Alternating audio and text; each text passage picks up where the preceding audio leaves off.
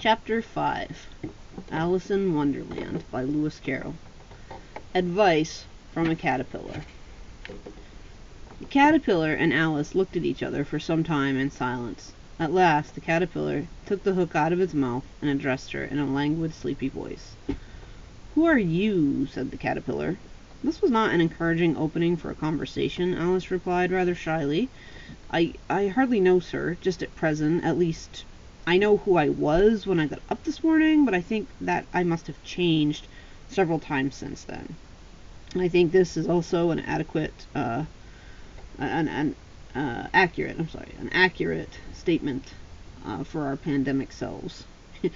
I know who I was when I got up this morning, but I think I must have changed several times since then. "What do you mean by that?" said the caterpillar sternly. "Explain yourself." "I can't explain myself, I'm afraid, sir," said Alice, because I'm not myself, you see." "I don't see," said the caterpillar. "I'm afraid I can't put it more clearly," Alice replied very politely, "for I can't understand it myself to begin with, and being so many different sizes in a day is very confusing." "It isn't," said the caterpillar. This is a kind of funny thing. You know, a caterpillar spends a lot of time resizing itself during the day, just in how it moves, so it's a funny statement from a caterpillar. "Well, perhaps you haven't found it so yet," said Alice, "but when you have to turn into a chrysalis, you will some day, and you know, and then after that into a butterfly, I should think you'll feel a little queer, won't you?" "Not a bit," said the caterpillar. "Well, perhaps your feelings may be different," said Alice. "All I know is, it would feel very queer to me." "You!" said the caterpillar contemptuously. "Who are you?" Which brought them back to the beginning of the conversation. Alice felt a little irritated at the caterpillar's making such a very short remarks. She drew herself up and said very gravely, "I think you ought to tell me who you are first." "Why?" said the caterpillar.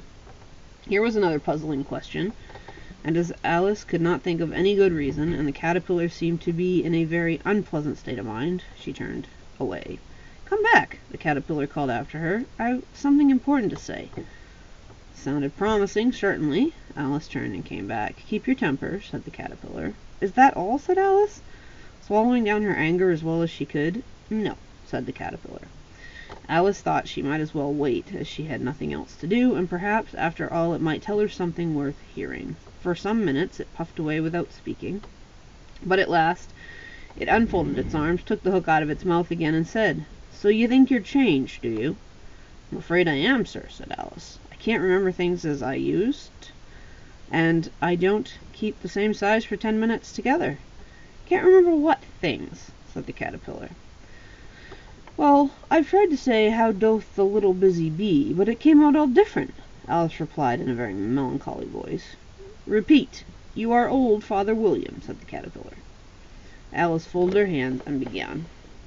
"You are old, Father William," the young man said, "and your hair has become very white, and yet you incessantly stand on your head. Do you think at your age it is right?" "In my youth," Father William replied to his son, "I feared that I might injure my brain, but now that I'm perfectly sure I have none, why, I do it again and again." "You are old," said the youth, "as I mentioned before, and have grown most uncommonly fat. Yet you turned a back somersault at the door. Pray, for what reason? What is the reason of that?"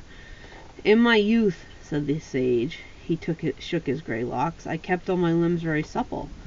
But the use of this ointment, 1 shilling the box. Allow me to sell you a couple?" "You are old," said the youth, "and your jaws are too weak for anything tougher than suet. Yet you finished the goose with all the bones in the beak. Pray, how do you manage to do it?" In my youth, said his father, "I took to the law and argued each case with my wife, and the muscular strength which it gave to my jaw has lasted the rest of my life." "You are old," said the youth. "One could hardly suppose that your eye was as steady as ever. Yet your husband an eel on the end of your nose. What made you so awfully clever?" "I have answered 3 questions, and that is enough," said his father. "Don't give yourself airs. Do you think I can listen all day to this stuff? Be off, or I'll kick you downstairs." "That's not quite right," said the caterpillar. "Not quite right, I'm afraid," said Alice timidly. Some of the words have got altered. "It's wrong from beginning to end," said the caterpillar decidedly, and there was silence for some minutes. Caterpillar was the first to speak. "What size do you want to be?" it asked. "Oh, I'm not particular as to size," Alice hastily replied. "Only one doesn't like changing so often, you know." "I don't know," said the caterpillar. Alice said nothing, as she had never been so contradicted in her life before, and she felt like she was losing her temper. "Are you content now?" said the caterpillar. "Well, I should like to be a little larger, sir, if you wouldn't mind," said Alice. 3 inches is such a wretched height to be." "It's a very good height indeed," said the caterpillar angrily, rearing itself up as it spoke. It was exactly 3 inches high. "But I'm not used to it," pleaded poor Alice in a piteous tone, and she thought of herself, "I wish the creatures wouldn't be so easily offended." "You'll get used to it in time," said the caterpillar, and he put the hook in his mouth and began smoking again. This time Alice waited patiently until it chose to speak again. In a minute or two the caterpillar took the hook out of its mouth and yawned once or twice and shook itself. Then it got down off the mushroom, crawled away in the grass, merely remarking as it went, "One side will make you grow taller, and the other side will make you grow shorter." "One side of what? The other side of what?" thought Alice to herself. "Of the mushroom," said the caterpillar, just as if she had asked it out loud, and in another moment it was out of sight. Alice remained looking thoughtfully at the mushroom for a minute, trying to make out which were the 2 sides of it, as it was perfectly round. She found this to be a very difficult question. However, at last, she stretched her arms round as far as they would go, and broke off a bit of the edge with each hand. "And now which is which?" she said to herself, and nibbled a little of the right hand bit to try the effect. The next moment she felt a violent blow underneath her chin. It had struck her foot. She was a good deal frightened of this sudden change, but she felt that there was no time to be lost, and she was shrinking rapidly, so she set to work at once to eat some of the other bit. Her chin was pressed so closely against her foot there was hardly any room to open her mouth, but she did at last, and managed to swallow a morsel in the left hand with the left hand bit. "Come, my head's free at last," said Alice, with a tone of delight, which changed to alarm in another moment when she found out that her shoulders were nowhere to be found. All she could see when she looked down was an immense length of neck, which seemed to rise like a stalk out of a sea of green leaves that lay far below her. "What can all that green stuff be?" said Alice, "and where have my shoulders gone to? And oh, my poor hands, how is it I can't see you?" She was moving them about as she spoke, but no result seemed to follow, except a little shaking among the distant green leaves. And there seemed to be no chance of getting her hand up to her head. She tried to get her head down to them, and was delighted to find that her neck would bend about easily in any direction, like a serpent. She had just succeeded in curving it down into a graceful zigzag, was going to dive among the leaves when she found nothing, which she found to be nothing but the tops of the trees under which she had been wandering, when a sharp hiss made her draw back in a hurry. A large pigeon had flown into her face and was beating her violently with its wings. "Serpent!" screamed the pigeon. "I am not a serpent," said Alice indignantly. "Let me alone." "Serpent, I say," repeated the pigeon, but in a more subdued tone, and added with kind of a sob, "I've tried every way, but nothing seems to suit them." "I haven't the least idea what you're talking about," said Alice. "I've tried the roots of trees, I've tried banks, I've tried hedges," the pigeon went on without attending to her. But those serpents, there's no pleasing them." Alice was more puzzled, but she thought there was no use in saying anything more until Pigeon had finished.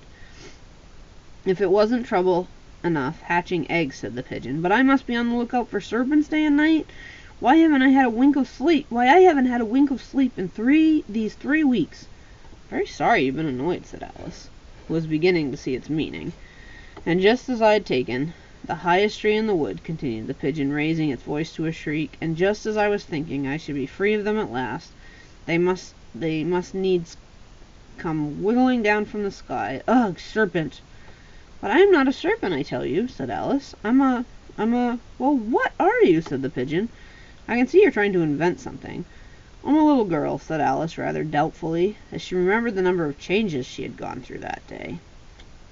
"A likely story indeed," said the pigeon, in a tone of deepest contempt. "I've seen a good many little girls in my time, but never one with such a neck as that. No, you're a serpent." There's no use denying it. I suppose you'll be telling me next that you've never tasted an egg. I have tasted eggs, certainly, said Alice, who was a very truthful child, but little girls eat eggs quite as much as serpents do, you know. I don't believe it, said the pigeon, but if they do, why then, they're a kind of serpent. That's all I can say. This was a new idea to Alice, that she was quite silent for a minute or two, which gave the pigeon the opportunity of adding, "You're looking for eggs, I know that well enough. And what does it matter to me whether you're a little girl or a serpent?" "It matters a good deal to me," said Alice hastily. "But I'm not looking for eggs, as it happens, and if I was, I shouldn't want yours. I don't like them raw." "Well, be off, then," said the pigeon in a sulky tone, as it settled down again into its nest. Alice crouched down among the trees as well as she could, for her neck kept getting entangled among the branches every now and then she had to stop and untwist it.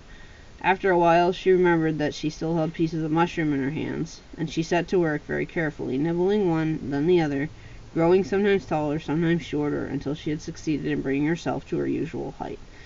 It was so long since she had seen anything near the right size that it felt quite strange at first, but when she got used to it in a few minutes and began talking herself as usual, there's half my plan done now. How puzzling all these changes are. I'm never sure what I'm going to be from one minute to another. However, I've got back to my right size. The next thing is to get to that beautiful garden. How is that to be done, I wonder?" And as she said this, she came suddenly upon an open place with a little house about 4 feet high. "Whoever lives there," thought Alice, "it'll never do to come upon them this size. Why, I should frighten them out of their wits." So she began nibbling at the right hand again, and did not venture to go near the house till she had brought herself down to 9 inches high. So that's the end of the chapter for chapter 5. You could choose to do a lot of different things here. You could choose to, make note of the changes that Alice went through, because it talked about all of her different changes, or it talked that she went through different changes. So, you could start with that and either draw pictures, or you could make notes of it and then check them. This is the first place that Alice gets back to her own size, so you could actually draw Alice kind of like back to her regular little kid size. There she is again. She doesn't stay that size because she's going to eat some mushroom or something to shrink, because she actually next wants to go to this beautiful garden. She sees a house and wants to go into the garden. So you could sort of retell the story, just what you read in chapter 5 is what I'm saying. And you could draw some pictures of that. You could certainly draw a picture of the caterpillar. He would make for quite a picture. He won't make for quite a picture if I draw it, but he will certainly make for quite a picture if anybody would draw it. Anyway, well, I'm just drawing it like this. So he's supposed to be kind of a cool character, and talking with Alice. There you go. And I don't like smoking, so I'm not going to draw that part. But I'm just drawing the mushroom that he's on. I mean, you could really get very creative with this mushroom there. So that's kind of a fun part to draw. You can make some predictions, so she says here, so I'm talking to herself, how puzzling these changes are, right here. How is it to be done? How is she going to get into that beautiful garden? So you could make predictions about how she'll get in the garden. And she may be giving you some hints here when she says she's eating part of the mushroom to shrink, heading toward the house. So, but those are some predictions that you could make, and making predictions will help you, be more aware of what's going on in the story as you go forward. So you'll have your own idea of what you think might happen, and then you'll see if that actually happens or something else happens. So, and then you can kind of go back and check your predictions. So that's the end of chapter 5. And then we'll do chapter 6 next.